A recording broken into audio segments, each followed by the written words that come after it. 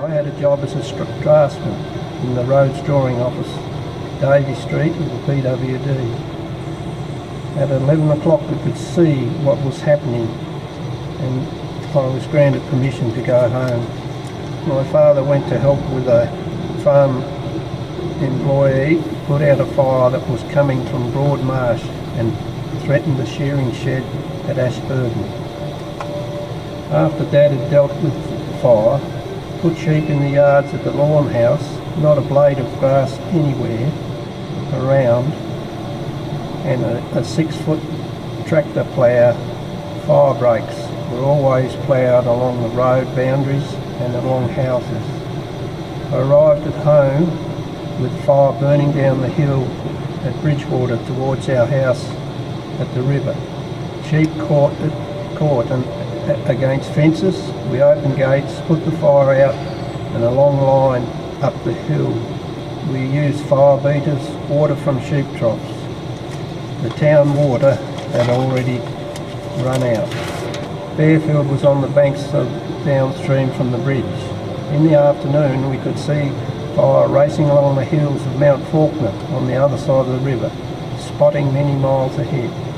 Angus McLean, my brother-in-law, and sister Margaret turned up. Wind started to increase. We parked out the vehicles and machinery and stuff on the edge of the river. Soon an almighty front burnt along the riverbank, the eastern riverbank of the Derwent. It burnt houses on the northern side of the highway, a timber bridge at the railway station, the shop, bakery, slaughterhouse and shop house were also destroyed. Fire raced to Fairfield. Fences, pine trees, etc. all got alight, but without our tank water and trough water, with a bucket brigade, we managed to keep it under some sort of control. I went to protect the barn as it had grain and bales of hay. We had to manage that barn all night as the cow pads were alight all night. The fire went through and burned out to the river and the early fire line. At the same time, the fire engulfed Roger Bill's timber mill just north of Bridgewater. It also destroyed the lawn, the Crooked building, and lots of timber stacked at the mill generated a huge fire glowing all night. We had no power, phone or water other than our tank water.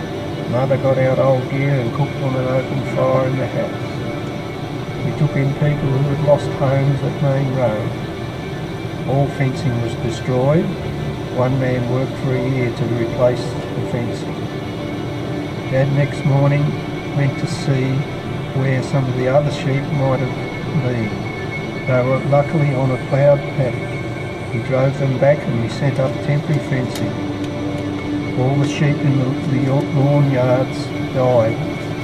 The barn was not destroyed, so I had food for the sheep. The government organised for our sheep to be adjusted in Jericho. We had to clean up all the sites. We also lost a family shack at Commemorate. We had no rain. When the sheep came back we still had no rain, and they were inland. The feed wreck, we had to feed them twice a day.